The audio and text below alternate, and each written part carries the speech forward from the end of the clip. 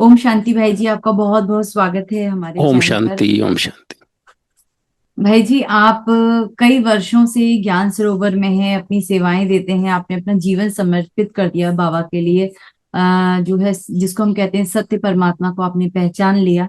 तो आज जो भी इस वीडियो को आपको देख सुन रहे हैं, हमारे चैनल से जुड़े लोग, मैं चाहूंगी कि आपके जीवन के बहुत सारे बाबा के साथ जुड़े हुए अद्भुत अनुभव रहे होंगे, सत्य अनुभव, वो आज हम सबके साथ आप शेयर करें। शुरुआत करें कि आपका ज्ञान में कैसे आना हुआ, कैसे आपको इस सत्य ज्ञान की पहचान कैसे हुई, कैसे आपको पता चला इस ज्ञान के बारे में। मेरा शरीर का नाम हेम सिंह भाई है। मैं ज्ञान सरोवर में करीबन 30 सालों से समर्पित रीति से सेवाएं दे रहा हूँ। सिक्योरिटी विंग में भी हम सेवाएं देते हैं। Army, air force, BSF, CSF, state police, जो हमारी भारतीय सेना है उसमें भी। और यहाँ भी हम सिक्योरिटी विभाग है यहाँ पे, उसमें सेवाएं देते हैं। सोशल विंग है, उसमें सेवाएं देते हैं। तो जो भी सेवाएं हमारे सम्मुख आती है वो सभी सेवाएं हम यहाँ करते हैं। करीबन 30 साल हो गए हमें यहाँ सेवाएं देते हुए। तो हम 30 साल तो यहाँ समर्पित रीति से हैं। उससे पहले कुछ समय पहले ज्ञान में हम आए और फिर आते ही हमें समर्पित की प्रेरणा मिली। तो सबसे पहले हम राजस्थान के रहने वाले हैं। और राजस्थान में नागौर जिला है, वहाँ एक छोटा सा गांव है, उस गांव के रहने वाले थे हम। तो गांव में सीधा सादा जीवन होता था। लौकिक में हम राजपूत थे। वहाँ से हमारा आना इधर सिटी में हुआ, कोटा में, क्योंकि हमारे पिताजी पहले आर्मी में थे, उसके बाद फिर वो रिटायरमेंट होकर दूसरी सर्विस किया। तो वहाँ सिटी में आना हुआ। पहले गांव का जीवन था, लेकिन राजपूत थे। लौकिक में तो एक नशा रहता था कि हम राजपूत है, किसी से डरने वाले नहीं है, इस तरह से। तो वहाँ पे क्या हुआ कि जब हम आए तो सीधे साधे थे, मन भी नहीं लगता था, गांव से आए थे। तो हमारा हम सोचते थे यहाँ तो किसी कोई है ही नहीं, हमारे मित्र ही। तो ऐसे ही थोड़ा थोड़ा दोस्ती होने लगा लोगों से। फिर वहाँ पे कोई एक दादा था, तो उससे हमारी मुलाकात हुई। तो हम लौकिक में भी हम डरते नहीं थे। हम ये सोचते हम राजपूत, राजपूत मतलब 30-40 साल में, मतलब देश के लिए शहीद होना। पहले युद्ध में वही सिखाया जाता, राजपूत मतलब सफ़ेद बाल आने से पहले ही अपनी, मतलब एक देश के लिए मर मिटना, वो होता था, एक जुनून होता था। तो हमको भी वो था, हम डरते भी नहीं थे। तो वहाँ देखा कि एक भाई था, जब हम पढ़ते थे वहाँ पे, तो इस प्रकार से वो अपने उसमें एरिया में दादा था। तो हमारी उससे मुलाकात होगी तो हमने उसकी पिटाई कर दी। हमने उसकी जब पिटाई कर दी तो हम वहाँ के दादा बन गए। और फिर लोग आने लगे हमारे पास। पहले हमारे पास कोई दोस्त नहीं था, और देखा कि जब इस प्रकार की हम लाइन में आए तो लोग बहुत सारे जुड़ गए हमारे से। और आके बोलते थे भाई फलाने ने हमको ये बोला, फलाने ने ये बोला। चलो भाई, हम उसके घर ही जाते थे, उसके घर से वहीं निकाल के उसकी वहीं पिटाई कर देते थे। तो इस प्रकार से हम संग दोष में वहाँ आ गए, और हमारा एक 50 का संगठन बन गया, जैसे स्टूडेंट का। तो कहीं भी कुछ होता था तो हमें हमको बुला देते, क्योंकि हम गांव से थे और डरते नहीं थे। हमको यही था भाई, राजपूत मतलब 40 साल उम्र, इससे ज़्यादा जीने का कोई वो नहीं। तो जब डरते नहीं थे तो ऑटोमेटिकली फिर हर एक से भिड़ते थे। और पहले से भी हम एक्सरसाइज वगैरह और ये सब बहुत करते थे, वेट लिफ्टिंग वगैरह। तो हमारा शरीर भी इतना सशक्त था कि कोई 1 घंटे तक अगर हमारे को भी मारे तो हमको लगती नहीं थी। तो इस प्रकार का ये जीवन था। धीरे धीरे हम जब साथियों के साथ रहने तो पीने खाने नशा भी करने लग गए। तो इस तरह से हमारा जीवन अनेक बुराइयों से ग्रस्त हो गया। और आए दिन वही चिंतन मंथन, आज इसकी धुलाई की, आज उसकी धुलाई की, पहले धुलाई करना, फिर उसका मनन चिंतन मंथन, सारे दिन व्यर्थ में रहना, मतलब कहने का। इसके कारण हमारे घर वाले भी बहुत परेशान होने लगे। और सिगरेट पीना भी सीख गए, गुटखा खाना भी सीख गए, पीना भी सीख गए। तो इस तरह की बहुत सारी वो आ गई। और बस अपने आए दिन घर में शिकायतें आती थी कि भाई आपके बेटे ने आज फलाने दुकान वाले की दुकान तोड़ दी, ये कर दिया, वो कर दिया। तो हमारे पिताजी जो थे वो सोचे भाई हमारे घर में तो ऐसा कभी हुआ ही नहीं, ये कौन सा पैदा हो गया कि जो आए दिन इस प्रकार की गतिविधियां कर रहा है। तो इस तरह का मेरा जीवन चल रहा था। मतलब काफ़ी हमारा संगठन भी बड़ा हो गया। और रोज़ यही चलता था, लोग पीछे से खिड़की से ही सीटी बुला मार के और मेरे को बुला के ले जाते थे। और हमारे पिताजी सोचते खाना पीना ये यहाँ खाता है, लेकिन ये सीटी मारते हैं और तुरंत ये निकल के चला जाता है, इसको ऐसा क्या मिलता वहाँ। और हम जो है दोस्तों के कारण ऐसे ही बस चल रहे थे। तो इस प्रकार का ये जीवन था, मतलब सभी बुराइयों से ग्रस्त हो चुका था। ऐसे में हमारे जो लौकिक भाई थे, जो जिंदल कंपनी है उसमें जनरल मैनेजर है। तो बॉम्बे में वो थे, उससे पहले भी उनको ज्ञान मिला होगा कहीं पे, और फिर वहाँ पे और थोड़ा उनको अच्छी ज्ञान की गहराई हुई। तो वो फिर वहाँ से जब आए तो मम्मी को और सबको अनुभव सुना रहे थे, ज्ञान की बातें सुना रहे थे। तो मेरे को वो ज्ञान देने की हिम्मत नहीं कर रहे थे, वो सोचे इसको क्या ज्ञान देंगे। लेकिन वो मम्मी को कह रहे थे हमने ये भी छोड़ दिया, वो खाना पीना छोड़ दिया, सिगरेट छोड़ दिया, मांस मदिरा छोड़ दिया। तो मैं मन में सोचता था शायद ये किसी गुरु गोसाई के चक्कर में फंस गए होंगे, इसलिए ऐसा है। और उस टाइम पे हम न तो भगवान को मानते थे, ना कोई आध्यात्मिकता के बारे में हमको एबीसीडी पता थी कि आध्यात्मिकता क्या होती है। भगवान को भी हम इस रीति से ही हल्का सा मानते थे, कहीं पास होना था तो जैसे ही हाथ जोड़ लेते थे। बाकी परमात्मा कौन है, कहाँ रहता है, क्या करता है, क्या नहीं करता है, बस इतना ये था कि कोई भगवान भगवान नहीं है। केवल लोग गलत काम नहीं करे इसलिए डरने के कारण कहते हैं कि भाई भगवान को मानो या डरो उससे। इस तरह का वो मेरा बिलीफ सिस्टम उस टाइम था मतलब। फिर हमारे बड़े भाई साहब आए, वो सबको ज्ञान दे पर मुझे ज्ञान नहीं दे। लेकिन जब जाते समय वो क्या कर रहे थे, वो गिफ्ट दे रहे थे। हाँ, अपने यहाँ पे रिवाज है कि भाई जाते समय कोई न कोई गिफ्ट देते हैं, तो किसी को वो पेन दे रहे थे, किसी को वो छल्ला दे रहे थे, किसी को कुछ दे रहे थे। तो एक शिव बाबा का ज्योति बिंदु परमात्मा का एक लॉकेट था। तो पता नहीं उसको देख के मुझे थोड़ा सा अट्रैक्ट हुआ। मैंने कहा ये मुझे दे दो। तो बस उनको मौका मिल गया। बोला भाई दे तो दूंगा पर ये सब इसको पहनने की हिम्मत भी चाहिए कि। तो मैंने कहा भाई हम राजपूत है, जो चाहे कर सकते हैं कि आप दे तो दो इसको। बोला पहनने की बात नहीं है, इसको पहनने के लिए सब छोड़ना पड़ता है। मैं बोला क्या छोड़ना पड़ेगा। बोला ये सब जो खाना पीना है ये छोड़ना पड़ेगा, जो पीते हो आप, सिगरेट पीते हो, बीड़ी पीते हो, या जो लड़ाई झगड़े, ये इस तरह की जो भी गतिविधियां हैं ये सब छोड़नी पड़ती है। तो मैंने थोड़ा सोच में पड़ गया। फिर भी मैंने उसको एक बार देखा तो पता नहीं मुझे अट्रैक्ट हुआ। मैंने कहा दे दो चलो, मैं जिस दिन इसको पहनूंगा उस दिन ये सब छोड़ दूंगा मैं। तो अब मैं उस बैच को मतलब देखता, फिर मैं सोचा पहन लूँ, फिर मैंने कहा नहीं थोड़ा रुको, इसको जेब में डाल लिया। फिर मैं सोचता था कि हेम सिंह तू क्या नहीं कर सकता, तू राजपूत है, जो चाहे कर सकता है, इसको इतने इसको नहीं पहन सकता। तो फिर मैंने एक दिन क्या किया, उसको काले धागे में डाला और भगवान को याद करते हुए और इसको गले में डाल लिया। और मम्मी को बोला आज से मैं ज्ञान में हूँ। अब ज्ञान क्या है वो न तो मुझे पता है न मम्मी को पता है। मम्मी बोला ठीक है आज से मैं भी ज्ञान में हूँ। ज्ञान में मतलब ये था कि भाई खाना पीना शुद्ध होना चाहिए। तो उन्होंने बोला ठीक है भाई आज से मेरा भी खाना पीना शुद्ध भगवान की याद में खाना बनाया जाएगा और हम दोनों खाएंगे। आज से हम दोनों ही ज्ञान में हैं। लेकिन दोनों को ही पता नहीं कि ज्ञान क्या है। फिर हमने भाई साहब को बोला भाई हमने ये पहन लिया है, आज से हम ज्ञान में चल रहे हैं। तो भाई साहब ने फोन पे बताया कि एक साप्ताहिक कोर्स की किताब पड़ी हुई है, आप ज्ञान में हो तो इसको पढ़ लोगे। तो जो 7 दिन की कोर्स होती है वो कोर्स की किताब, मोटी वाली किताब वो थी। तो उन्होंने बोला कि पढ़ लेना। तो मेरी बुद्धि सब तरफ से समेट गई थी कि भाई मैं ज्ञान में हूँ क्या। तो फिर उन्होंने जब वो किताब का बोला तो मैंने वो किताब पढ़ी। उसके पहले मैंने कोई आध्यात्मिक किताब नहीं पढ़ी थी। तो उसको पढ़ा तो उसमें सबसे पहले आत्मा के बारे में बताया गया। तो उसको पढ़ते ही मुझे ये एहसास हो गया कि हाँ ये शरीर है, इस शरीर को चलाने वाली शक्ति कोई आत्मा अंदर होगी। ठीक है, एकदम मुझे विश्वास हो गया। और जो मेरे साथ साथी रहते थे 50-60, उनको जाके वो ज्ञान मुझे मैंने सुना दिया। अब मुझे ये मालूम नहीं कि ये ज्ञान औरों को सुनाना भी है। लेकिन ड्रामा अनुसार जब कोई नई चीज आती है बुद्धि में, तो मैंने एक तो एकाग्र हो कि जब ये धारणा पूरी करके और फिर मैंने जो पढ़ा तो मेरे एकदम बुद्धि में छप गया वो सारा आत्मा का जो लेसन था, वो सारा छप गया। और मैंने जाके अब मान लो 5 लोग मिले तो मैं उनको 5 को सुना देता, फिर और दिन भर में कोई 10 मिले तो 10 को सुना देता, कोई 15 मिले तो वो सुना देता। तो वो बोलते हैं कि भाई हेम सिंह भाई ये चैनल चेंज कैसे हो गया, ये ज्ञान कहाँ से आ रहा है। रोज तो कि इसको मारा उसको मारा। आज ये नया ज्ञान कहाँ से आ गया। मैं बोला भाई अभी मेरा समय, मैंने किसी ज्ञान में चल रहा हूँ आजकल मैंने। तो बोला अच्छा। तो वो सुनते भी गए, क्वेश्चन भी वो पूछते थे तो बाबा मुझे टच भी करते थे और उसका जवाब भी मैं देता था। तो मेरा ये आत्मा का लेसन पक्का हो गया और मुझे भी 100% विश्वास हो गया कि हाँ ये शरीर है और मैं आत्मा हूँ। अनुभव नहीं हुआ लेकिन एक रियलाइज हो गया कि इस शरीर में कहीं आत्मा वास करती है। जैसे कमरे में व्यक्ति बैठा रहता है उस तरह से, जैसे ड्राइवर एक गाड़ी को चलाता है, उस तरह से मैं आत्मा भी यहाँ पे विराजमान हूँ मस्तक पे। और आंखों से देखने वाली, कानों से सुनने वाली, मुख से बोलने वाली, इस तरह से। लेकिन वो दिखती नहीं इन आंखों से।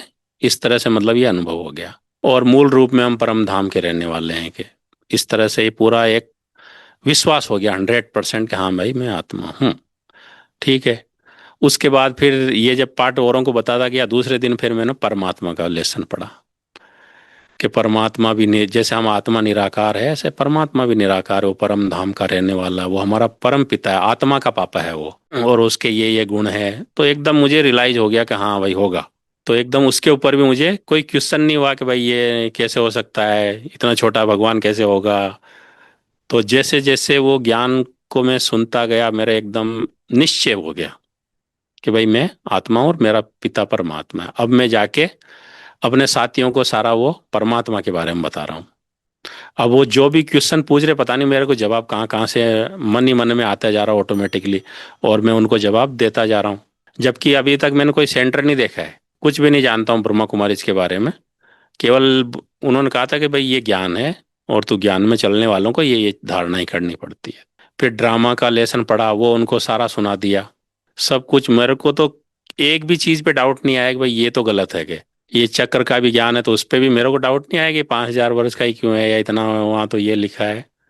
नहीं, भगवान बोल रहा है मतलब वो सही बोल रहा है। क्योंकि सबसे पहले खुद का निश्चय हो गया, फिर परमात्मा के ऊपर निश्चय हो गया, और अब परमात्मा के ऊपर निश्चय हो गया, तो अब वो जो बोल रहा है वो मेरे कल्याण के लिए सही बातें बोल रहा है। अगर मान लो कि इस दुनिया का ही ज्ञान संपूर्ण सत्य होता तो ये दुनिया सत्युग होती, स्वर्ग होती, हेवन होती। कहीं तो कुछ मिलावट हुई है ना। तो ये भी हमको रियलाइज हो गया। तो फिर मैं इस ज्ञान की ओर स्टडी करता रहा, पूरा जो भी साप्ताहिक कोर्स की किताब है वो पढ़ता गया। फिर लास्ट में एक योग की कॉमेंट्री पीछे दी गई थी, तो वो मैं मतलब अभ्यास करता था। मैं आत्मा हूँ, मैं ज्योति बिंदु हूँ, प्रकाश पुंज हूँ, शक्ति पुंज हूँ, मैं परमात्मा की संतान हूँ। बस ये करते करते मैं जैसे जुड़ जाता था।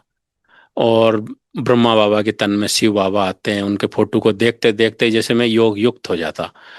और मुझे इतना आनंद आने लगता था कि भाई पहले तो मैं इतना तनाव में रहता था, टेंशन में रहता था, लेकिन अभी ये भी कितना सुकून मिल रहा है कि तो मैं सवेरे 8 बजे बाबा के फोटो के सामने बैठता था और 12 बजे उठता था। तो मुझे इतना शांति से मैं भर जाता था, इतना आनंद आता था कि वाह रे वाह, भगवान तो मुझे मिल गया है कि। और फिर शाम को भी मैं 4 बजे से 8 बजे तक बैठता था उस टाइम।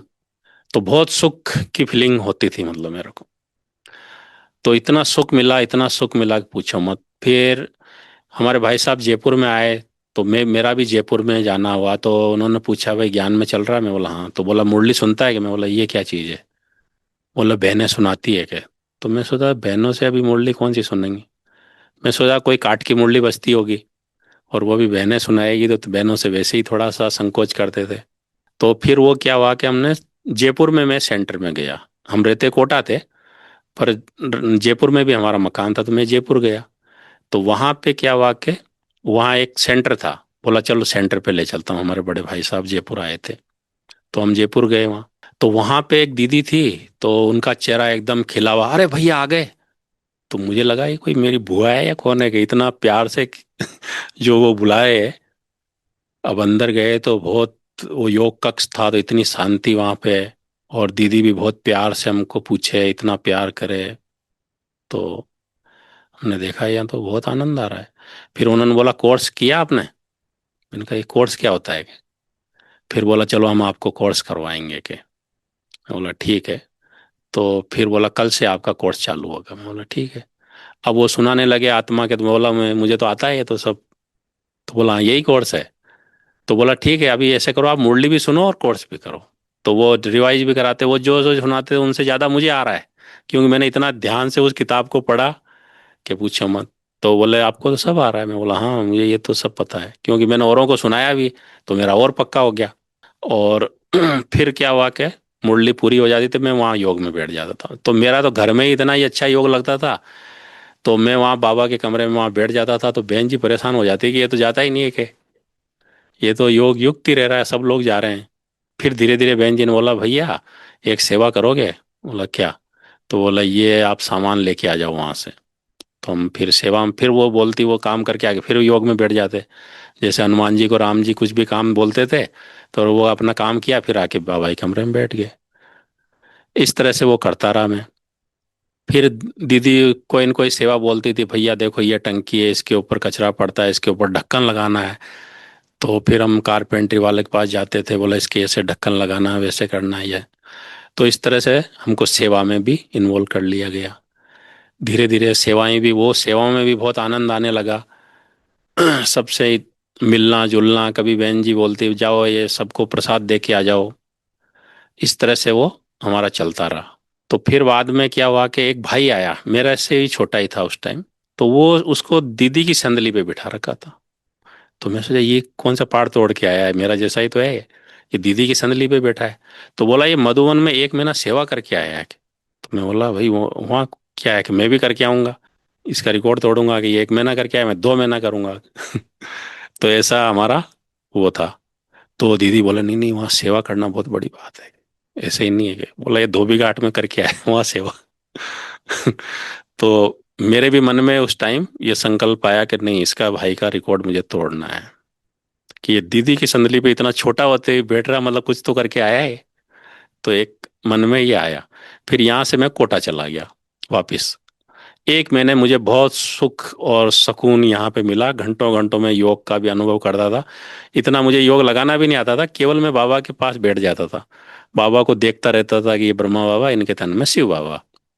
बस जो मन में आए बातें करता रहता, उनको देखता रहता, उनकी दृष्टि से ही मतलब ऑटोमेटिकली मैं योग युक्त हो जाता था। अच्छा, इस तरह से मैं बहुत अच्छा अनुभव किया। फिर यहाँ आ गया मतलब कोटा के अंदर।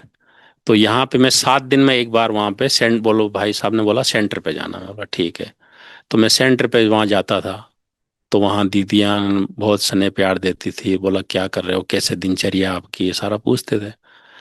तो फिर बाद में उनको सारा बताया। और मैं वहाँ मुरली ले जाके खुद पढ़ता था। तो मैं अपना नहा धो के 8 बजे से चालू होता था, पहले मुरली पढ़ता था 1 घंटा खुद ही, मम्मी को भी सुनाता था। फिर बस बैठ जाता था 12 बजे तक।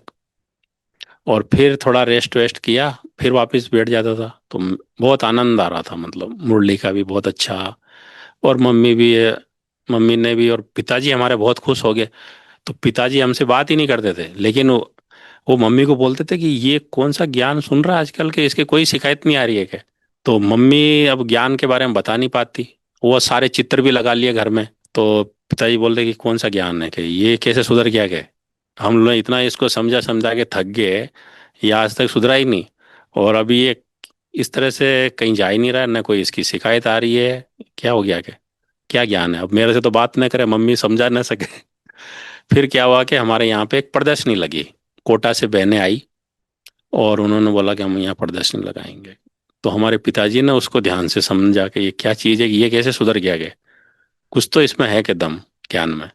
तो फिर हमारे पिताजी ज्ञान में आ गए, फिर वो भी ज्ञान सुनने लगे, और हम भी इस तरह से ज्ञान में पक्के हो गए। अब ये संगठन जो था दूसरा, अब क्या हुआ कि पहले तो वो ठीक है कुछ नहीं बोला उन लोगों ने। अब वो बोले कि भाई हेम सिंह भाई, वो फलाना जो है वो गड़बड़ कर रहा है, चलो उसको थोड़ा सा समझाना है क्या। मैं बोला भाई मैं तो ज्ञान में हूँ गए। तो बोला यार ये कौन सा ज्ञान है क्या, एक हाथ में भाला होना चाहिए, एक हाथ में माला होना चाहिए। तो मैं बोला भाई ये माला और भाला वाला नहीं, यहाँ पे किसी को मारपीट नहीं करते हैं, बस ये चक्कर है, यहाँ पे ये सिखाया नहीं जाता है।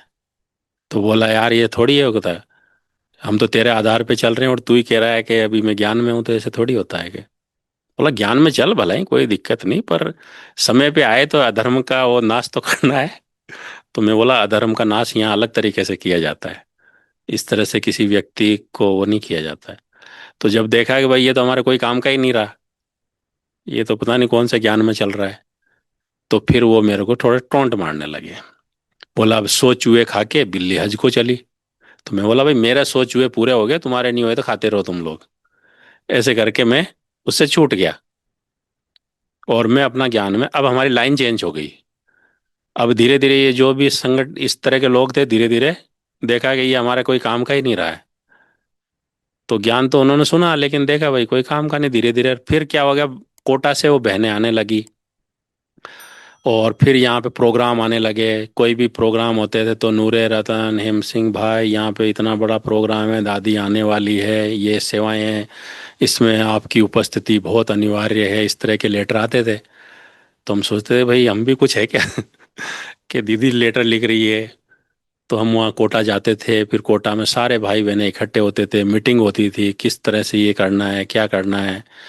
फिर यहाँ लेटर आता था, भाई यहाँ बिजनेस विंग का कार्यक्रम चल रहा है, आपके यहाँ जो भी बिजनेसमैन है उनको लेके आपको आना है। तो अब हमें बिजनेसमैनों को ढूंढ रहे हैं वहाँ पे। पहले अलग प्रकार से ढूंढते थे, अब जो है उनकी सेवा के लिए। कभी इंजीनियर विंग का हो रहा है तो इंजीनियर को ढूंढते हैं, कभी साइंटिस्ट का है तो साइंटिस्टों को जाके परिचय देते हैं। तो इस तरह से मतलब हमारा जो चैनल था वो चेंज हो गया और सेवाएं चलने लग गई। इस तरह से बहुत आनंद भी आने लगा। टाइम टू टाइम सारा सिस्टम सेट हो गया, मतलब दिनचर्या सेट हो गई, इतना आनंदमय जीवन बीतने लगा कि पूछो मत। हमको भी बहुत सुख मिला। पहले तो भले ही ऊपर ऊपर से हम लोग ये करते भी थे, सीना ताने घूमते भी रहते थे, पर मन में टेंशन भी होता ही था, क्योंकि औरों को दुख देंगे तो ऑटोमेटिकली आपके पास भी कौन सा सुख आएगा। और फिर हमारे को नया संगठन मिल गया, कभी हम कहीं जा रहे हैं, कभी कोई प्रोग्राम में जा रहे हैं, कभी किसी में जा रहे हैं, कभी किसी को संदेश दे रहे हैं, तो हम उस लाइन में बिजी हो गए। अब ये था कि उस भाई का रिकॉर्ड तोड़ना था। मन में ये था कि भाई अभी हमको ये बहनें इतनी मतलब शांति में रहती है, इतना अच्छा बोलती है, इनकी तरह हमको भी जीवन बनाना है, कि इनकी तरह हमको भी सेवाएं करनी है। तो फिर एक बार ऐसे ही मौका लगा कि भाई मधुबन में जो सेवा करना चाहता है वो जा सकते हैं कि 15 दिन की छुट्टी में। तो मैंने सोचा ये ठीक है, मौका है। तो हम शायद पहले 7 दिन गए थे। 7 दिन में देखा तो वहाँ खाना पीना कुछ अच्छा नहीं लगे। शायद मेरी तबीयत खराब हो गई थी या क्या, लेकिन शांति का वायुमंडल बहुत बढ़िया था मधुबन का। फिर मैंने देखा कि बेन जी ने बोला था कि भाई यहाँ सेवा करना बहुत मुश्किल काम है, तो वाकई कुछ ऐसा ही लग रहा है शुरुआत में। लेकिन मेरी तबीयत खराब हो गई थी। फिर मैं आया, फिर मैंने कहा चाहे कुछ भी हो जाए, इस बार मैं सेवा करके उस भाई का रिकॉर्ड तोड़ूंगा ही। तो दोबारा गया। फिर मैं यहाँ ज्ञान सरोवर में आया। तो यहाँ पे हमने खाना खिलाने की सेवा करने लगे। तो यहाँ सब कुछ बढ़िया। अब हम 2 बजे उठते थे, बाबा के कमरे में बैठते थे 1 घंटा, फिर बाबा डूम में बैठते थे। और पहले ही मुझे बैठने का तो अभ्यास था, और यहाँ तो जैसे कि पूछो ही मत, यहाँ बैठते ही जैसे कि योग लगता था। तो इतना आनंद आने लगा। फिर हमने 15 दिन तो खाना खिलाने की सेवा की। फिर बोला भाई सेवा पूरी होगी अभी जाओ। तो मैंने मन में सोचा उस भाई का रिकॉर्ड तो तोड़ा ही नहीं अभी तक। फिर मैंने जैसे जैसे हमारी दीदी को बोला भाई मुझे और सेवा में रुकना है क्या, तो बोला कि नहीं सेवा तो पूरी हो गई। मैं बोला पूरी तो हो गई पर मुझे रुकना है। तो दीदी ने फिर बातचीत की। तो मेरी ड्यूटी लगी साउंड सेक्शन में, माइक देने की सेवा। तो माइक देने की सेवा लगी, तो वहां पे क्या था कि दिन भर तो ज्ञान सुनता था मैं। कभी यहाँ बिजनेस विंग हो रहा है, कभी इंजीनियर विंग हो रहा है, उनको सबको माइक देने का काम करना था। दिन भर ज्ञान की बातें सुनना, और जब भी डिपार्टमेंट में जाए तो वहाँ नए नए गीत। तो गीतों में इतना झूमता था कि पूछो मत, क्योंकि सब तरफ से बुद्धि हट गई और एकदम बाबा के ऊपर आ गई। इतना सुख मिल रहा था कि पूछो मत। और इतना खुशी हो रही थी अंदर, तो मैंने एक साइलेंस का बेच लगा लिया। मैंने कहा अभी किसी से बात ही नहीं करना, बस यही काम करना है। तो इंतजार करता था कि कब ये 2 बजे और कब हम उठें और कब वो ईश्वरीय सुख लें, मतलब। तो 2 बजे से 5 बजे तक हमारा नियम था कि 1 घंटा बाबा के कमरे में बैठना, 1 घंटा उधर बैठना। इस तरह से हमारा चलता रहा वहाँ पे। टाइम पूरा हो गया, फिर बोला जाओ भाई। तो मैंने कहा अभी तो 1 ही मास हुआ है, 15 दिन है, फिर इसका तो रिकॉर्ड थोड़ा ज़्यादा तोड़ना चाहिए। तो मैंने एक भाई जी थे इलेक्ट्रिकल डिपार्टमेंट में, उनसे बात की। मैं बोला भाई मेरे को रख लो कैसे भी करके, मन में सोचा है उसका रिकॉर्ड तोड़ना है। तो उन्होंने बोला चलो भाई हमको ज़रूरत है कि यहाँ पे इलेक्ट्रिकल डिपार्टमेंट में। तो हम इलेक्ट्रिकल डिपार्टमेंट में सेवा करते रहे और योग करते रहे। तो इस तरह से करते करते फिर एक मार्शल आर्ट का भाई आ गया। तो हम भी एक्सरसाइज वगैरह बहुत करते थे। तो हम दोनों मिल गए। तो उसको भाषा नहीं आती थी, तमिल भाषा वाला था, लेकिन पता नहीं हमारी दोस्ती होगी और वो मेरी भाषा समझता, मैं उसकी समझता। दोस्ती होगी, रोज एक्सरसाइज करते। और फिर धीरे धीरे हम स्टेज प्रोग्राम करने लग गए।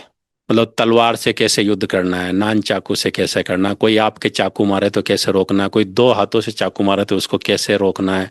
उस तरह से उसमें पूरा होता है। तो जो फिल्मों में जैसे होता है ना शूटिंग, तो ऐसे हम लोग वहाँ स्टेज के ऊपर उठा उठा के उसको पटकते थे। और जैसे धम जैसी आवाज आती थी तो हमारे तो लगता ही नहीं था, क्योंकि हम तो एक्सरसाइज करते थे। और वो भी ब्लैक बेल्ट था। और हमने भी इस पूरी एक्सरसाइज वगैरह करके हम तैयार थे। कभी हम गदा से युद्ध कर रहे हैं उस वहाँ पे, कभी तलवार से युद्ध कर रहे हैं। पूरे देश विदेश के भाई बहने को मनोरंजन हो रहा है ये, और आनंद आ रहा है। मतलब एक तो एक्सरसाइज कर रहे हैं उसके कारण शरीर भी फिट, और फिर योग में बैठते हैं तो इतना आनंद आता कि पूछो मत। इस तरह का आनंदमय जीवन। फिर मधुबन में भी जाते तो वहाँ भी बहुत सुख, बाबा के कमरे में बाबा की कुटिया में बैठते तो बस जैसे कि वाह। अब ऐसे करते करते ही इलेक्ट्रिकल में भी हमारा टाइम 1 महीना हो रहा था। तो मेरे को मन में संकल्प आया, मैं बोला बाबा यहाँ तो बड़ा आनंद आ रहा है कि मेरे को यहीं रख लो तो कितना अच्छा है। मैंने बाबा से बोला।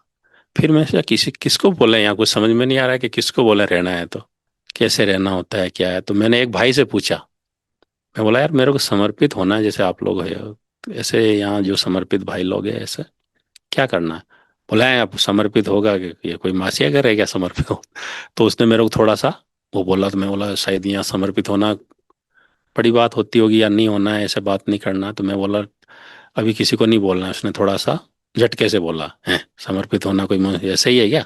फिर मैंने सोचा बाबा से बात की, मैं बोला बाबा आप मेरी आवाज़ सुन रहे हो तो मैं समर्पित होना चाहता हूँ, लेकिन मैं यहाँ किसी को बताऊंगा नहीं।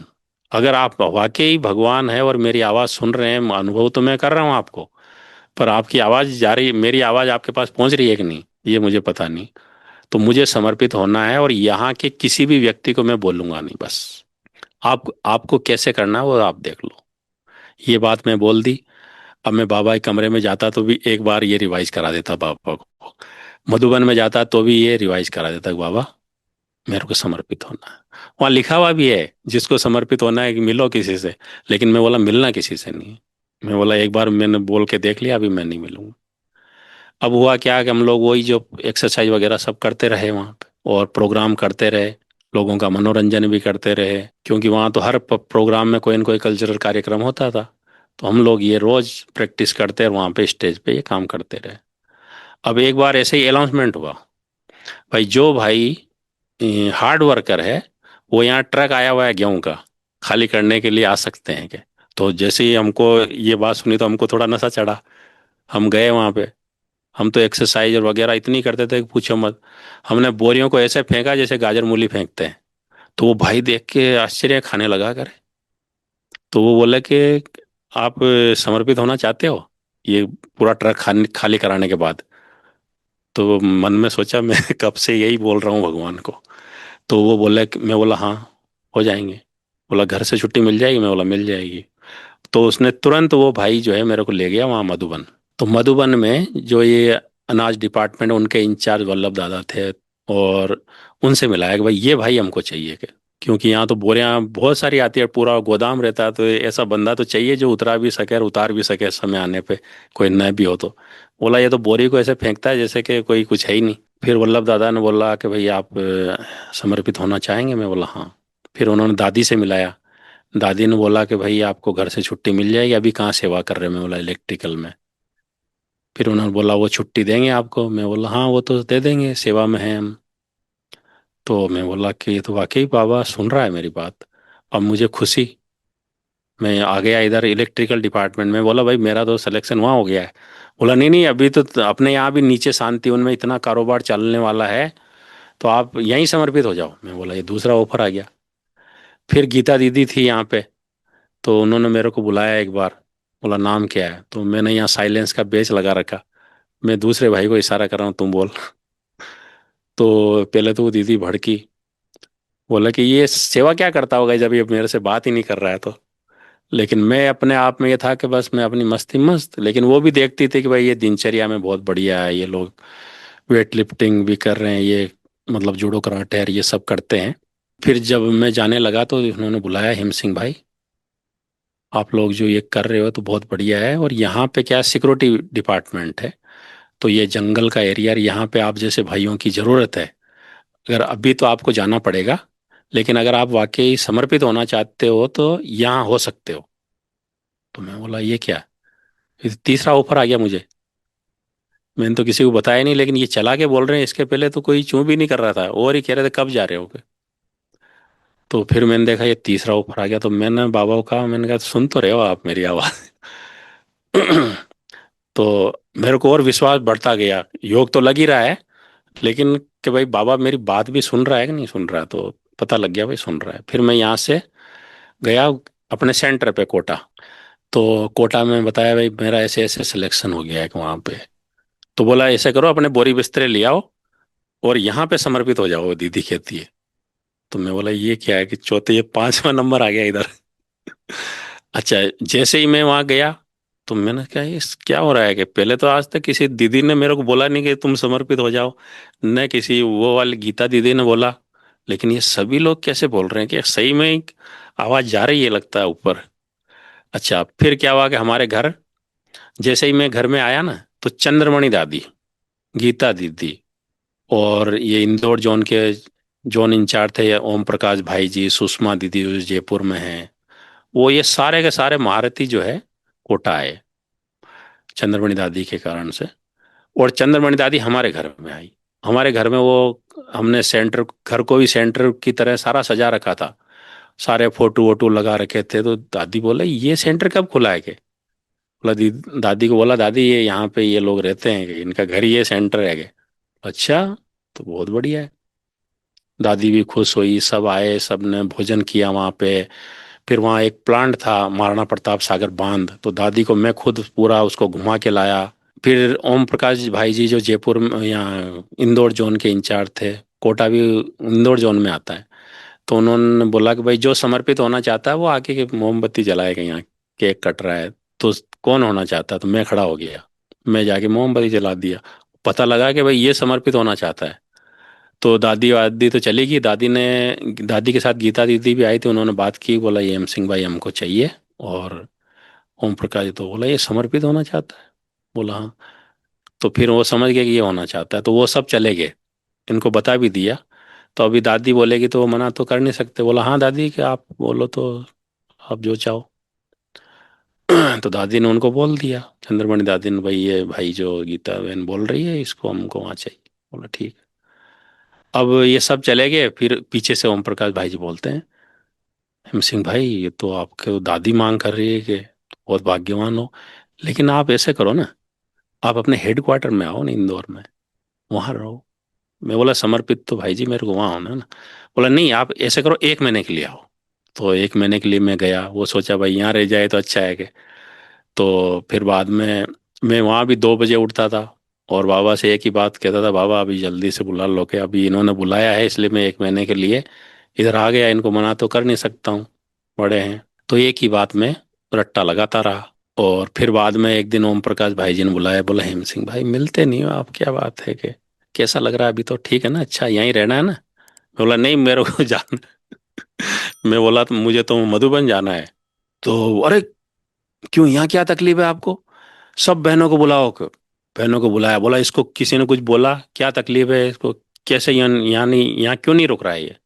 कोई तो प्रॉब्लम है, आप लोगों ने कुछ बोला होगा। वो बोले दीदी नहीं नहीं भाई जी हमने तो कुछ नहीं बोला।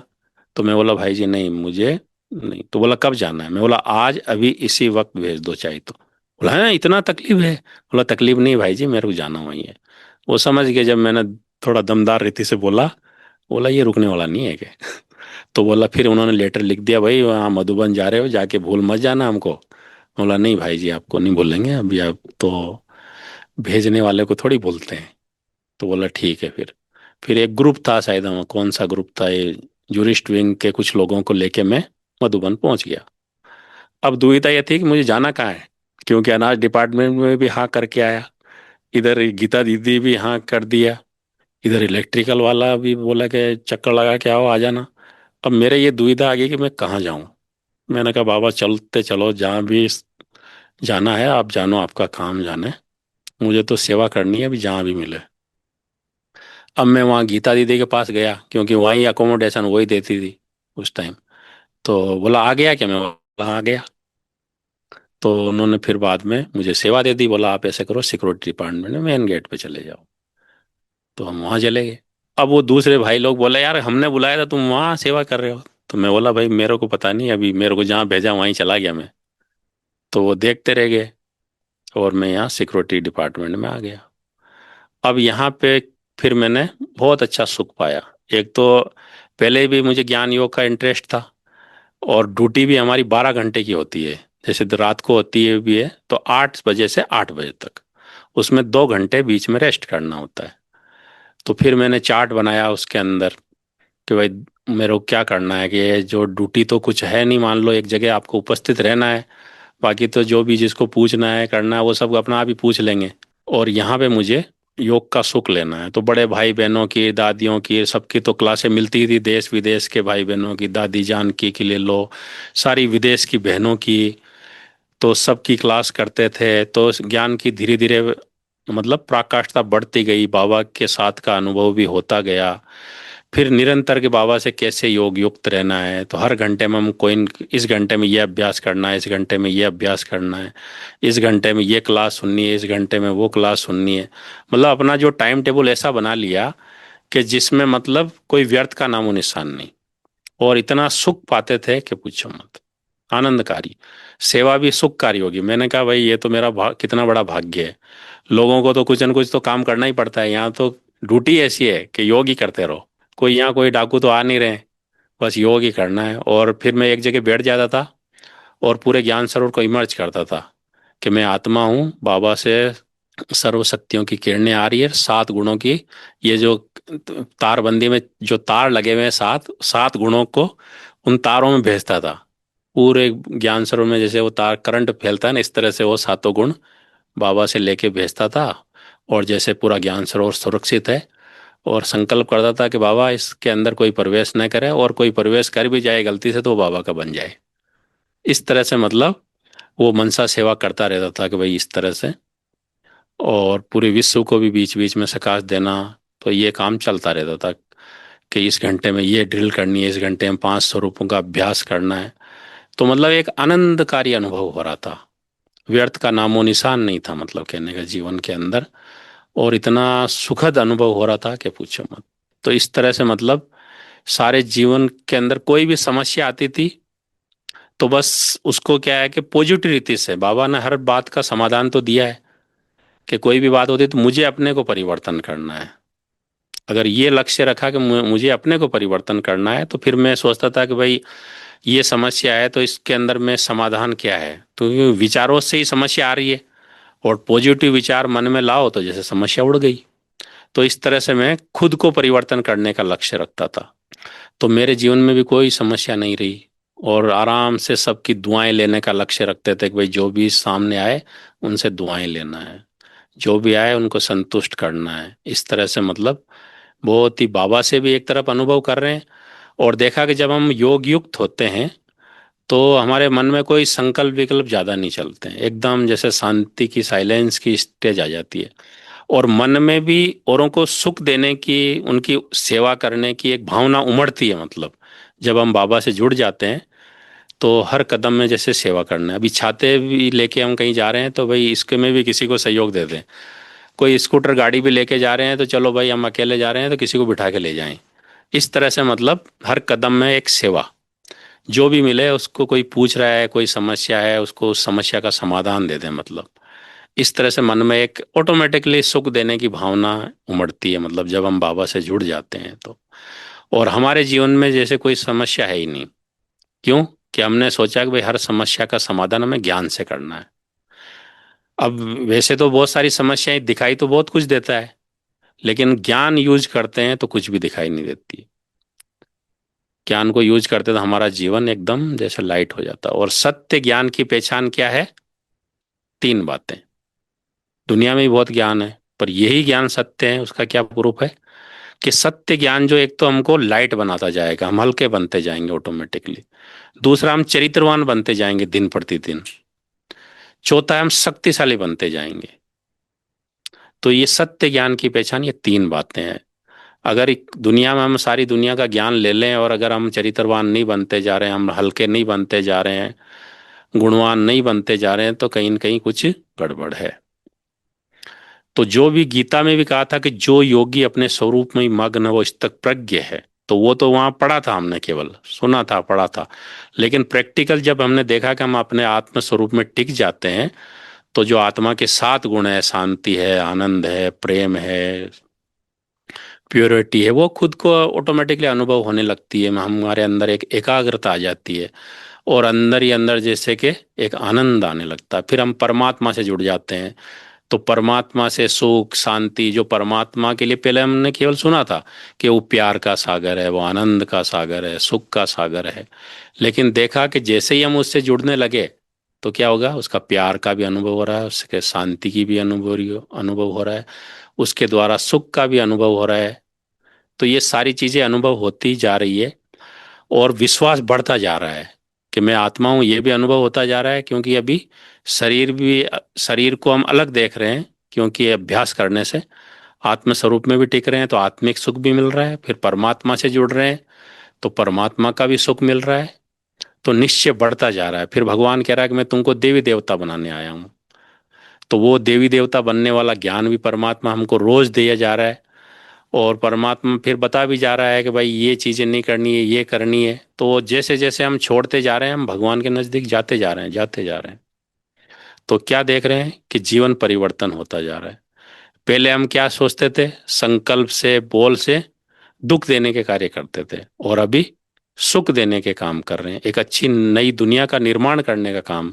संकल्प से भी सेवा, बोल से भी सेवा, कर्म से भी सेवा, दृष्टि से भी सेवा, भावनाओं से भी सेवा, तन से भी सेवा, मन से भी सेवा, धन से भी सेवा। पहले हम देखते थे कि हमारे घर में एक माता जी के नाम से 11 रुपए की पर्ची कटती थी, तो वही हमको बहुत भारी लगता था कि भाई ये हर महीने आ जाते हैं 11 रुपए लेने। और अब देखा कि हम कितना भी पैसा खर्च कर दें सेवा में तो हमको खुशी होती है, और ही जितना करते हैं उतना आता जाता है। तो इससे ये भी सिद्ध हुआ कि अच्छे काम में अगर हम कुछ खर्च करते हैं तो भगवान तो दाता है, वो किसी का रखता नहीं है। अभी भी आप करते जाओ, इधर दो उधर लो, आता जाएगा।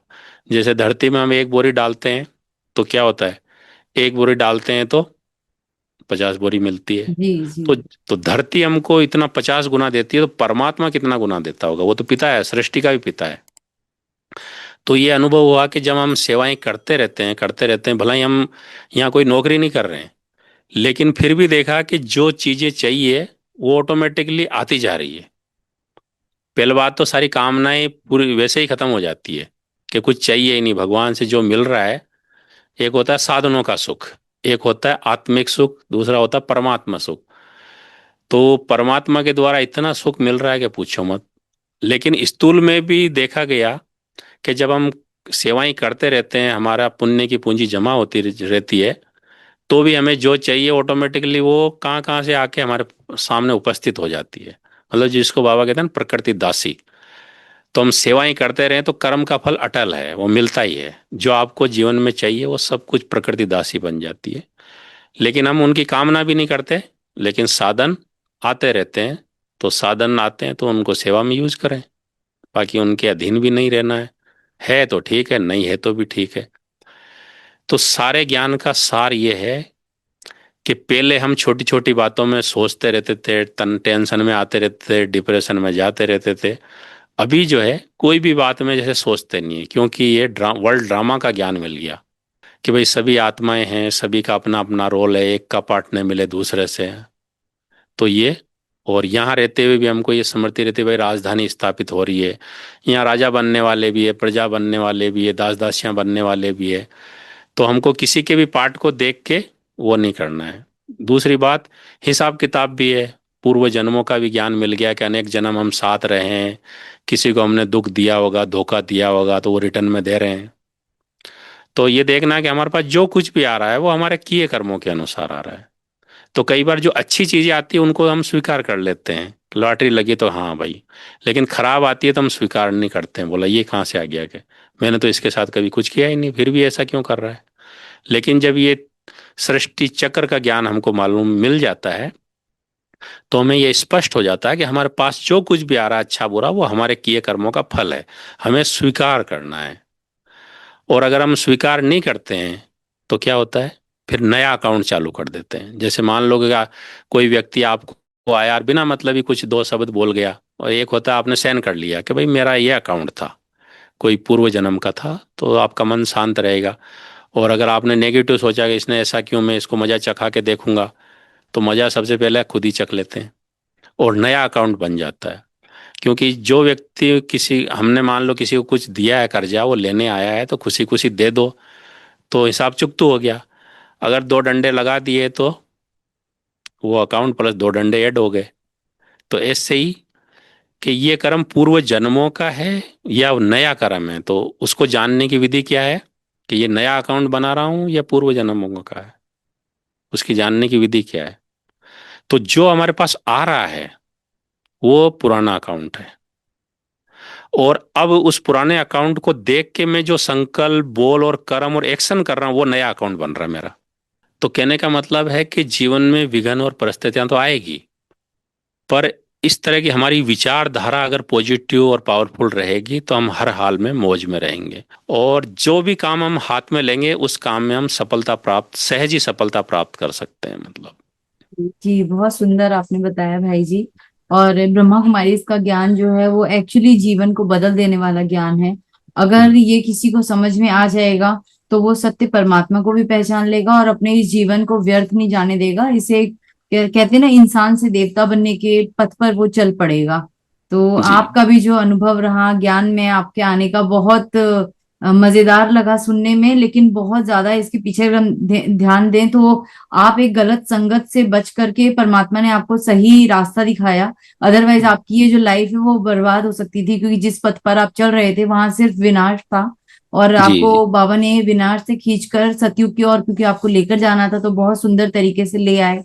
और आपने भी कोई कसर नहीं छोड़ी बाबा का बनने के लिए। आपने घंटों घंटों मेहनत की आपने योग में, क्योंकि बाबा हमेशा यही कहते हैं जितना ज्यादा हम बाबा से कनेक्ट अगर हमें होना है तो हमें योग ही एकमात्र रास्ता है जो हम बाबा से अपने मन की बात कर सकते हैं। और बाबा जी मन की बात सुनते हैं, ये प्रूफ भी मिल गया। और ये हमेशा होता जी, ही है, बाबा सुनते हैं। बस सुनते भी है, पहले मदद भी हमें, करते हाँ, और हमें बस केवल उनसे जुड़ने की जरूरत है। हैं। जी इतना मजा आया भाई जी आज आपका अनुभव सुनकर। ये जो आपकी यात्रा थी बहुत एक अच्छी आध्यात्मिक यात्रा थी, बहुत ही कहते ना जिसको मोटिवेट करने वाली यात्रा थी। तो मुझे ऐसा लगता है कि आज जो भी भाई बहन इस वीडियो को सुनेंगे उन्हें भी बहुत मोटिवेशन मिलेगा आपकी इस अनुभव से। और जैसा आपने अंत में बताया, जो ज्ञान दिया हमें कैसे अपने जीवन को सफल बनाना है, तो एक्चुअली हम सिर्फ बातों से नहीं, अगर अपने जीवन में इनको अमल करते हैं, रोज मुरली सुनते हैं, तो ऑब्वियसली है कि हमारा जो जीवन है वो देवताओं वाले उस पे गुण पे चल पड़ता है। और बाबा जैसा हमें बनाना चाहते हैं हम वो एक दिन बनकर तैयार हो जाते हैं। मूर्ति